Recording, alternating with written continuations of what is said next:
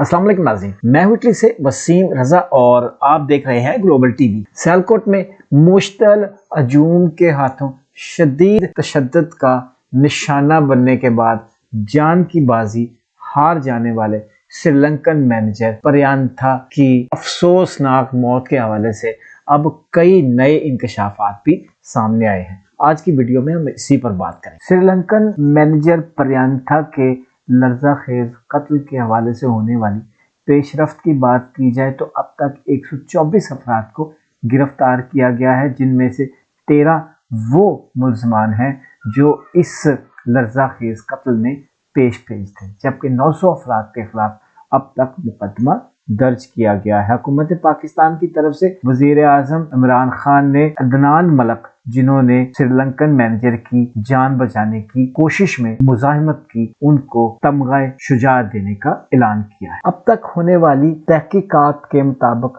Police का कहना है कि हजूम के पास पेट्रोल की बोतलें भी थी और उनकी जानिब से फैक्ट्री को आग लगाने की मंसूबाबंदी भी की जा रही थी। पुलिस रिपोर्ट में बताया गया है कि प्रयांथा कुमारा को कत्ल करने के बाद मुल्ज़मान ने मैनेजर की गाड़ी को भी नुकसान पहुंचाया। पुलिस जब फैक्ट्री के अंदर दाखिल हुई तो हजूम फैक्ट्री मालिक पर तशद्दुद कर रहे थे। पुलिस ने पहले फैक्ट्री मालिक को हजूम के चुंगल से बाहर निकाला। पुलिस हुकाम ने यह भी बताया है कि मुल्ज़मान ने श्रीलंकन शहरी की लाश को बाहर निकालने के बाद फैक्ट्री को आग लगाने की मंसूबाबंदी कर रखी थी। हजूम ने पुलिस पार्टी पर भी पेट्रोल फेंक कर आग लगाने की धमकी दी थी, ताहम पुलिस की भारी नफरी ने फैक्ट्री को आग लगाने की मंसूबाबंदी नाकाम बना दी।